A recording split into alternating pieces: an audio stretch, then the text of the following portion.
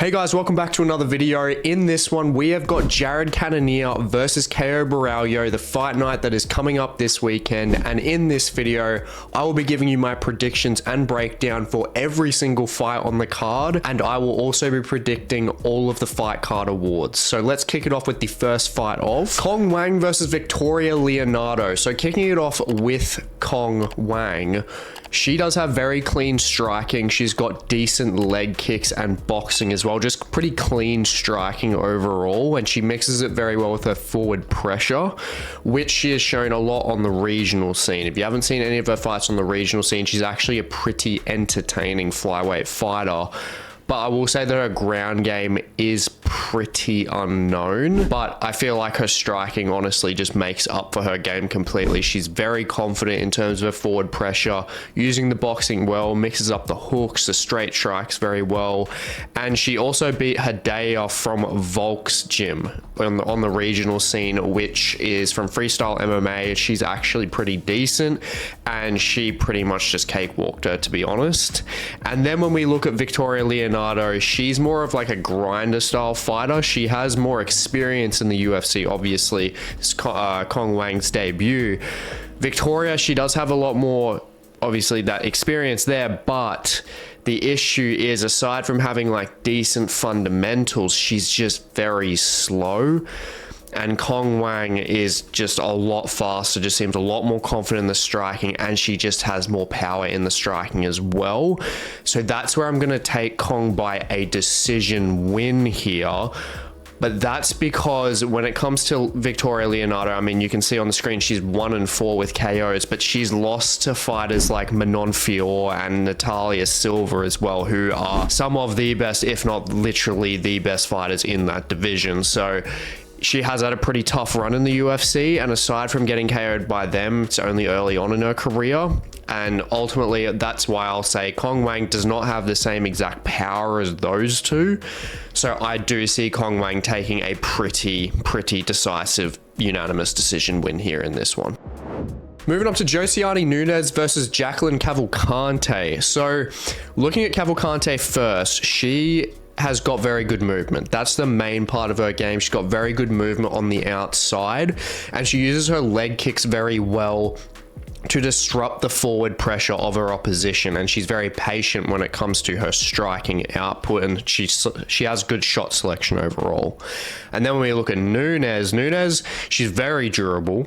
Definitely durable. Never been finished, but she's very short. She's very short in comparison to pretty much anyone else in that division, and even her reach isn't that fantastic overall for the heavier women's weight class. And when we look at them specifically when it comes to their matchups in their history, we look at them both fighting Fan. So recently they've both fought the French bantamweight Fern, and Josiane Nunes did struggle against her in the first half of that fight. She won the fight, but she struggled a lot in terms of dealing with the range, and Fan is not a very technical kind of striker. So if she was technical, then Josiane Nunes would have been in a lot more trouble, which is where Cavalcante is literally Fan, but better. She's just a better striker. She's much more technical, makes her reads a lot better as well.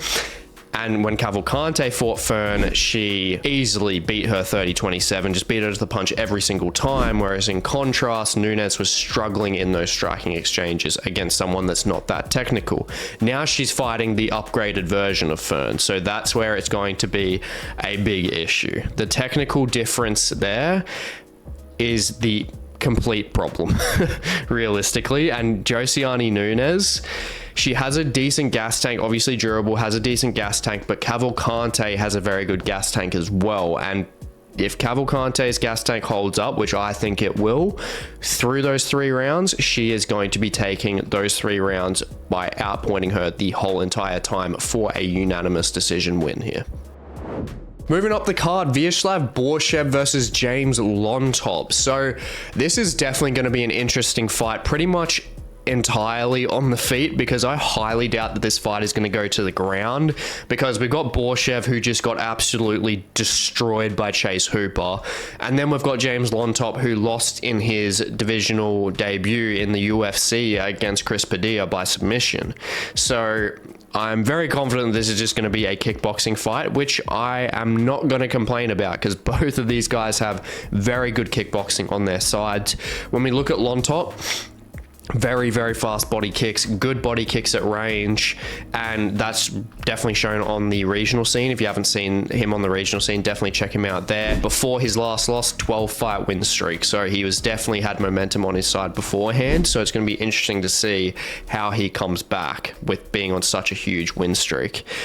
But with that as well, he's got very, very good strikes in the clinch too. So he's good at close range, he's good at long range, and also when it comes to takedown defense as a side note, he utilizes a whizzer very well. So if Borshchev does, you know, play something and tries to get it to the ground, it's going to be surprising if he does get him there. He's shown very good takedown defense against Malik Lewis on the Contender Series.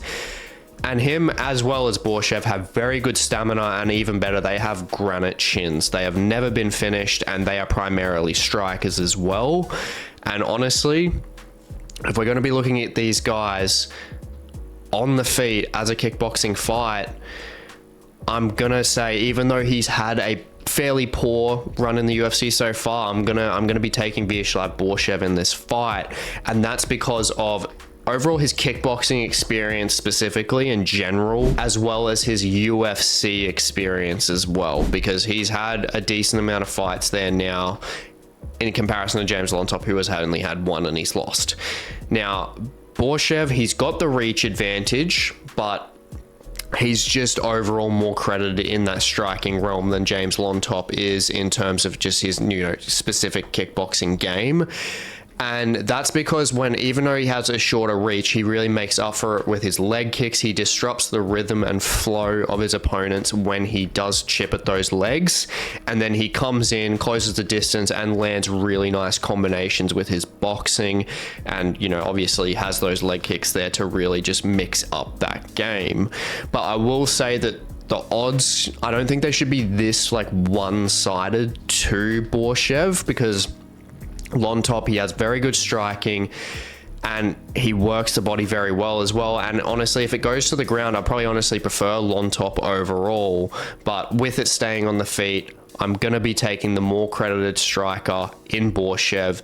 And look, it'll be extremely competitive, especially when it comes to, you know, in that close range to see who can get those combinations off better. But I do think that Borshchev is going to be able to cut down Llontop's just overall flow with those leg kicks, and obviously his speed and movement too. And I think that's where he's going to pull out the unanimous decision, because I highly doubt either of these guys are going to get finished. They both got the chins there, and I think they're just going to put on a very, very good kickboxing show. But I think Borshchev is just going to be able to get the more effective damage in those exchanges. Moving on, Zach Reese versus Jose Medina. So Zach Reese is coming back full of confidence. I mean, he took out the Cuban Missile Crisis in 20 seconds in his last fight. And I do believe that he is going to carry it well into this fight as well.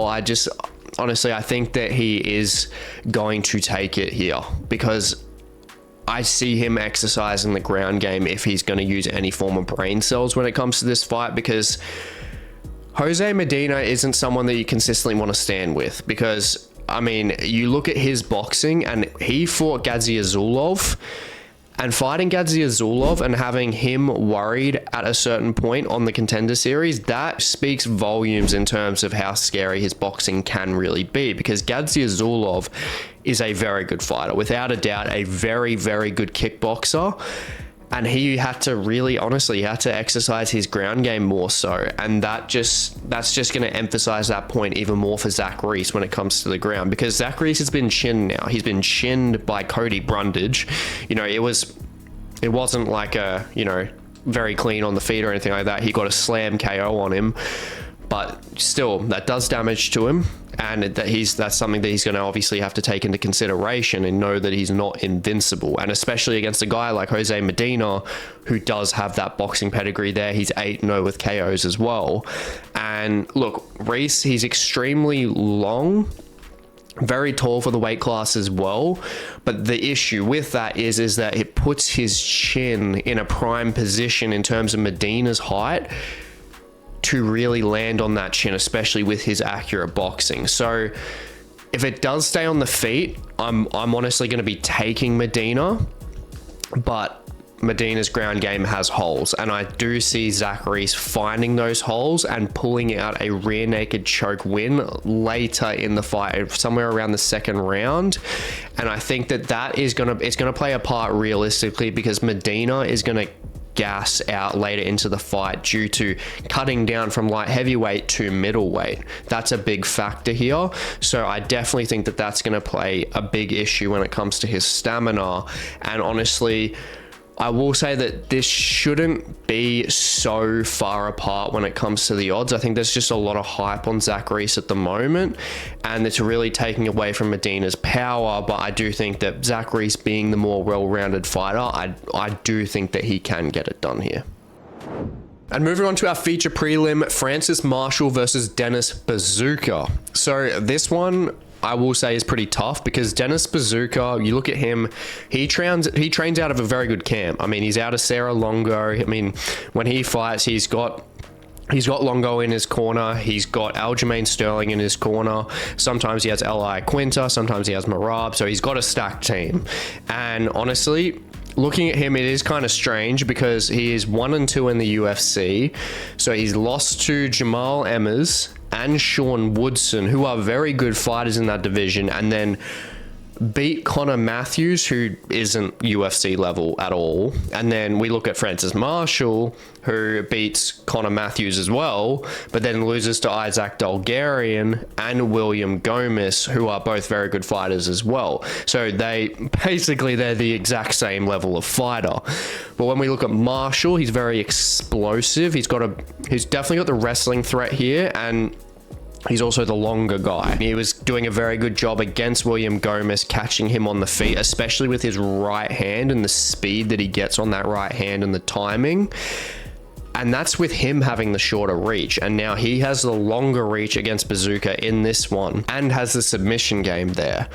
But the experience in that Serra Longo camp, I do think is going to pull through for Buzukja, because Buzukja, he's very good at pressuring and then engaging in the clinch, which Francis Marshall is very good in terms of takedowns and level changing and getting the fight to the ground. But in the clinch, with Buzukja's power, that and him making it dirty, that's where I think Buzukja can really get this fight going, which he even had success against Sean Woodson in that realm, which Sean Woodson is one of the best boxers in that whole entire division, and has very good movement, very good head movement, and a ridiculous reach. So for him to close that distance and cause trouble in those clinch exchanges, I can definitely see him doing that to someone like Francis Marshall. And look, the odds are definitely fair. It's a very tough one to call, but I'm going to take Buzukja by the decision here, primarily by getting the damage in those clinch exchanges.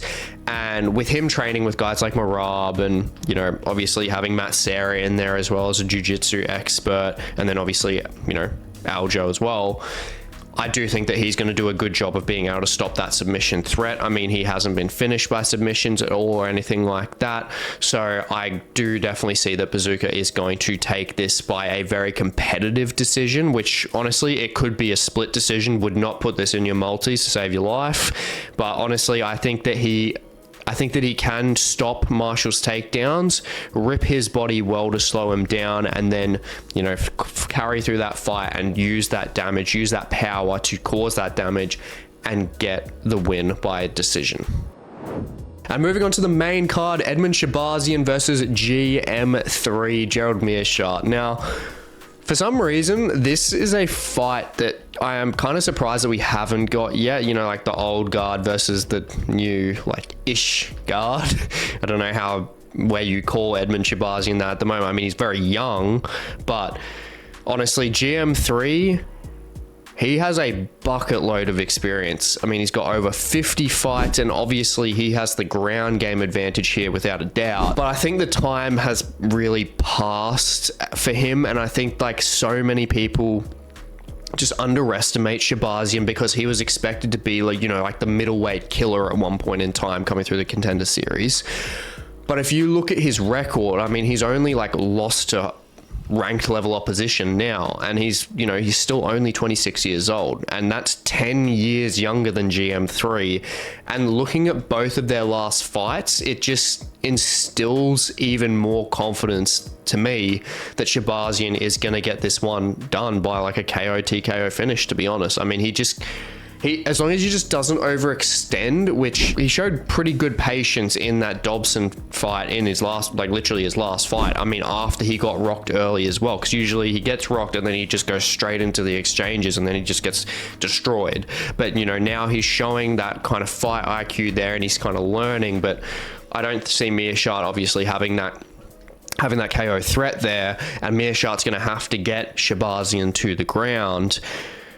But the issue is, I mean, Meerschaert isn't that successful in actually getting people to the ground, first of all. And honestly, the speed difference here is honestly the killer. I think that's the killer here. I think Shahbazyan being that much faster with that KO power just plays so much more into his game.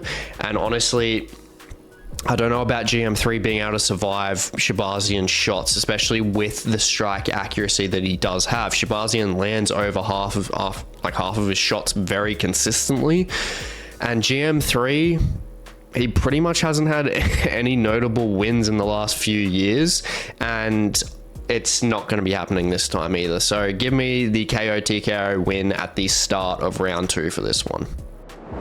Moving up, Neil Magny versus Michael Morales. Now, the odds here are definitely a statement, and I can't lie, I'm actually on board with it, to be honest, because I think it's definitely time for Michael Morales to crack into that top 15. The guy is 16-0. Built pretty much perfectly for welterweight with the speed. He's got the speed, the power, the reach as well, and he is 5-0 in the UFC, including his Dana White's Contender Series fight, and he's only 25 years old. Now, in contrast, I mean, we've got Magny, who's been in the he's been like literally the welterweight gatekeeper for the ranking since like the medieval times, and it's credit to his durability and his fight IQ, obviously, and his ability to overcome adversity. And, you know, he has a fairly well-rounded game, but the clear and obvious issue for him in this fight is his age and his speed. I mean, he's 12 years older than Morales, and, you know, he just can't keep the same pace that he used to 4 to 5 years ago when he was really challenging in that division. And that is a huge issue against a guy in Morales that can flick a jab extremely fast with that reach and manages his distance extremely well. And look, Magny has been a great fighter. I mean, look what he did to Mike Malott. Completely derailed the hype train in his hometown, but that's coming back from that adversity, obviously. So it's more to the point where I don't think Morales is going to finish him. But I'll say it now, Morales is just a much better fighter than Malott, especially on the feet. And this is going to be, without a doubt, the true changing of the guard for Magny in this fight. Like, Magny's only real chance is getting this to the ground, you know, taking him down, getting him to the ground and possibly submitting him or trying to control him. Morales has got a 92% takedown defense, so I don't really see that happening, and he backs it up. He's got very good whizzes when it gets to the cage. He just stuffs those takedowns very well, and honestly, it's being able to close that distance with the speed of the entries, which Neil Magny does not have. So ultimately, I'm going to be giving Morales a very clear 30-20-27 decision in this fight, and I don't think he'll finish Magny, obviously, but, you know, with the experience and the durability and obviously his ability to manage distance, Neil Magny can keep himself safe, but Morales is simply just going to outpoint him on the feet, especially with the speed advantage there. He's going to land more shots, and he's just going to overall dictate the pace with that very lightning fast jab and create more damage overall, and he will just slide through, get the win, and get into that top 15. Now moving on to the featherweight TUF finale fight in Kaan Ofli versus Mairon Santos. So this one, I will say, this is going to be a very good fight because we've got Kaan, who is a brick. He's got very, very good durability. He ate very good shots from Jarrett Wilbraham, which is one of Volkanovski's main training partners who fights on the regional scene in Hex. Very, very fast, dynamic striker, very good there. And I definitely recommend you check that fight out because it was a banger of a title fight. And he won that fight. He submitted Wilbraham, but not only with those submissions, I mean, he's got the power as well. I mean, he's only got one KO finish, but in the exchanges, his hands are very heavy, especially with his check hooks, which is what he landed on Wilbraham and knocked him down a couple of times. But obviously, leading back to those submissions, his ground game is without a doubt the best part of his entire game, especially his transitions on top. He's very good at transitioning to advantageous positionings, and his takedown entries are very clean as well. So he's very well rounded overall. But then we have Mairon Santos, who's definitely the faster of the two of them, and he has very good striking, very quick combinations, and he throws very like heavy technique. He throws like spinning kicks, and he just throws like long combinations, and he's got pretty nice takedown defense to go along with it as well. So it's very hard to find flaws when it comes to this fight. And as much as I want to be taking Kaan in this fight overall, you know, obviously being Australian, the overall speed and the striking combinations, I do feel like are going to pull through for Santos in this fight. I think he's going to get that decision win. And I think it's going to be a 29-28 decision, like especially through the first two rounds. I think he's really just going to run away with it. But then I think Kaan's going to come back in that third round. And I think he's going to sway. I think he's going to be able to take him down. I think Santos is going to be gassed. And then I do think that he's going to be able to win that round, but I think it's going to be too little too late. And the issue is, especially in those first couple rounds, like Kaan is good, very good with this, obviously all round, but his head movement isn't that great. He's one of those fighters that relies more on durability. And we saw, you know, what happened the last time. Someone just relied completely on durability. The leech just got knocked the fuck out. So yeah, obviously don't want to be doing that, especially against someone like Mairon Santos, who is very fast, very quick with his combinations and can land those shots. And he's got an 8-inch reach advantage over Kaan. So it's going to be a lot of trouble for Kaan to really close that distance and get him down unless he is very tired. So I'm going to be surprised if Kaan can do it early. I mean, he definitely could. He's very skilled. But if we're going to be taking one over the other, I'm going to be taking Santos in this one, just really overall with those physical advantages. So yeah, he will get the decision in this one. Won't take Ofli out, too durable. But yeah, I'm going to be taking him by a decision in this one.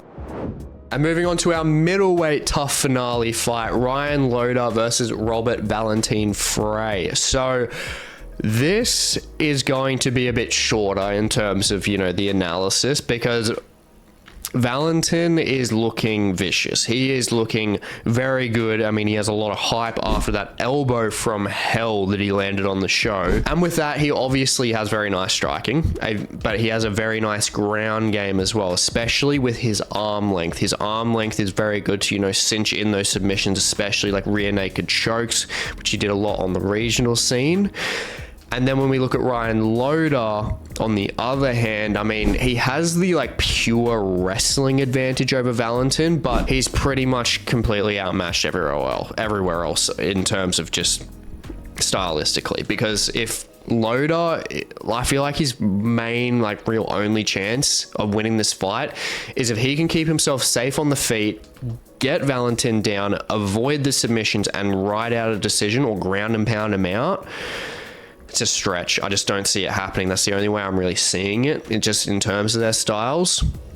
And honestly, I think the way that this is going to go, Valentin is going to hurt Loder in an exchange, especially as Loder isn't technically sound. I mean, he's got power, but he's just not technically sound, especially in comparison to Valentin. Valentin does keep his hands a little low, so there is a possibility there for Loder to catch him, but he's also durable too. So it'll be interesting to see there if something can come of that. But I see Valentin hurting him in the exchange, and then I think Loder will shoot, try and take Valentin down. Valentin will just transition straight into a guillotine choke, get him out of there in the first round while they're fresh, while they're dry, cinch in that guillotine very badly, and just submit him to become the TUF winner along with Mairon Santos. And moving on to our co-main event, Angela Hill versus Tabatha Ricci. Angela Hill is going to take this by a unanimous decision win. She's going to stuff the takedowns and land more damage than Ricci, especially with that Muay Thai base that she has, especially just stuffing those takedowns. I think she's going to do a very good job of it, and I'm more so confident not only with that amazing performance she had against Luana Pinheiro in her last fight, very impressive, especially with that takedown defense. But I think people forget Angela Hill has won 4 of her last 5 fights, and she's 39 years old. She's literally just like fine wine. She's just getting better with age. And in recent times, I think she's just looked better than Ricci has. Realistically, I don't think Ricci's performances have been that impressive. She's just gotten through a fair few of them. And I mean, if Ricci can't utilize that judo to get Hill down, which after the defense that she showed against Luana, I think Ricci is going to have a pretty tough time in getting this one done. And the more shots that are stuffed, the more it's going to drag in Hill's favor over those 3 rounds. So I'm going to be taking the win here for Angela to keep that single-digit ranking. And moving on to the main event, Jared Cannonier versus Caio Borralho. So honestly, I think that this is a very underrated main event in comparison to all the other events that we've had this calendar year, and all the way to the end of it as well. And that's because we're either going to see if Cannonier still has what it takes to make a run for the title at 40 years old. I mean, he's still in incredible shape, and he's definitely able to fight 5 rounds. But then we've also got Caio Borralho being able to possibly make one of the biggest leaps in any division right now, going from 12th straight to the top 5 rankings, which is not very common. You need to be like a Sean O'Malley to a Petr Yan kind of thing. You need to be like an Umar to a Corey Sandhagen, you know, those kind of fighters. And to be honest, I think that that's where this guy belongs. I think Caio Borralho belongs in the top 5. And I didn't think it would come this fast for him because it's so uncommon. And, you know, his last win was against Paul Craig, where he absolutely annihilated him. But I've said it time and time again, the fighting nerds are a different breed. These guys are really here to try and take over in this sport. And between, you know, Caio Borralho himself, Gene Silva, and with what Carlos Prates just did to the Leech last week, I'm not going to be surprised ultimately. And look, honestly, it's not going to be a walk in the park for Caio Borralho by any means, because, you know, Cannonier, he's fought literally the best of the best in that division. He's got great striking, his takedown entries are very good, he's got the power on his side, of course, and he's very cerebral. And honestly, he's as cerebral as Borralho, more so in his prime. He was definitely more so. But a pattern that has been running through this card from fight to fight is the speed difference between the fighters.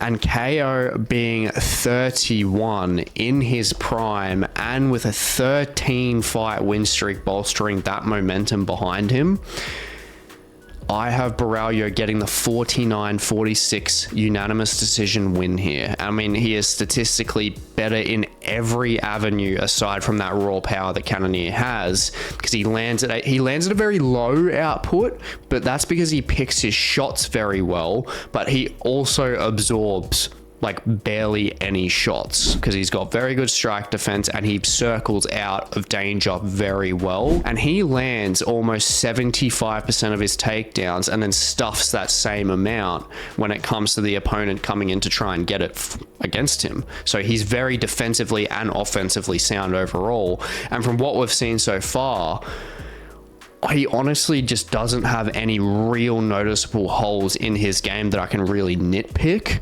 But that being said, though, obviously when it comes to Jared Cannonier, not even just Jared Cannonier, when it comes to any kind of fighter that has any form of KO power, especially emphasizing Jared Cannonier with his explosive entries, with his striking exchanges, in combination with his crisp boxing, there is a possibility Borralho could get knocked out. But honestly, I realistically think that it's a stretch to see that happen, because Borralho just dictates the pace very well, and the more that the fight goes on, and with his cerebral approach, like, he is going to extinguish Cannonier's chances of being able to knock him out in a flurry. And the issue is, when it comes to Jared Cannonier, in comparison to Caio Borralho, statistically, he's just more accurate than him overall on the feet, and he's very good at pacing himself. I mean, against literally raw power strikers, you know, you got like Abus Magomedov and how explosive he is, and then you've obviously got Mikel Olajaychik. He gets his reads on them and then, you know, exploits their weaknesses, and like Mikel Olajaychik just submitted him. So it's obviously Jared Cannonier and Mikel Olajaychik and Abus Magomedov, not even in the same stratosphere of type of fighter caliber. Don't get me wrong, this is not going to be easy for Caio Borralho, but honestly, that being said, though, I just do think that he is that different kind of fighter. I think he seriously belongs in the top 5 of that middleweight division. So I'm honestly, even as a new threat, I'm comfortable that I'm going to have him in that top 5 of the middleweight division. He's going to be winning by that 49-46 decision. He'll probably take the first round. Then Cannonier will come back, and I think Cannonier will land the better shots, really get aggressive in that second round to try and take him out. And then from there, with Borralho, you know, the strike defense, circling out appropriately, not letting Cannonier cut him off. I think after that, Borralho, I think that's when that age is going to show properly as well with Jared Cannonier, especially with Borralho's jabs really getting in his face and, you know, stuffing that breathing, stuffing that focus as well. I think when we get to the third, to the fourth, and obviously the fifth, that's when it's really going to be taking over for Borralho in terms of those striking exchanges, and obviously his striking output's going to be going up. And honestly, I think from that second round onwards, he's just going to be making that, he's going to take that cerebral approach and make the right adjustments to take the rest of that fight fairly convincingly as the rounds go on. And moving on to the Fight Card Awards, kicking it off with Fight of the Night, I'm giving it to Viacheslav Borshchev versus James Llontop, because with the kickboxing pedigree of these guys in combination with the durability of them, I think we're getting a guaranteed banger on the feet for 15 minutes, to be honest. And moving on to performance of the night, I'm giving it to Caio Borralho. Caio, I mean, honestly, with him aiming to be one of the most cerebral fighters, you know, in that middleweight division, and obviously the UFC itself, and with Israel Adesanya leaning towards the latter end of his career, I can honestly see him being the one to take Izzy's place in relation to that pure fight IQ in that division. And honestly, this is going to be the first main exhibit of him putting on a clinic with his distance management, his footwork, and his shot selection overall to crack that top 5. And moving on to fighter to watch, I'm giving it to Michael Morales. This guy will 100% be in the top 10 of the welterweight division very soon. I mean, being 25 years old, 5-0 in the UFC, and having the technical, striking, and takedown defense, it's honestly just a matter of time. And moving on to finish of the night, finally going to be giving it to Edmen Shahbazyan, I think, just to get a bit more redemption for his career and get that clean TKO finish to get himself closer to the top 15 where everyone did think that he belonged. Now, if you've enjoyed the video and you want to see more MMA based content, I'm just going to leave a video here on the screen. Definitely check that one out, and please like, comment, subscribe if you enjoyed the content today, and I will catch you on the next one.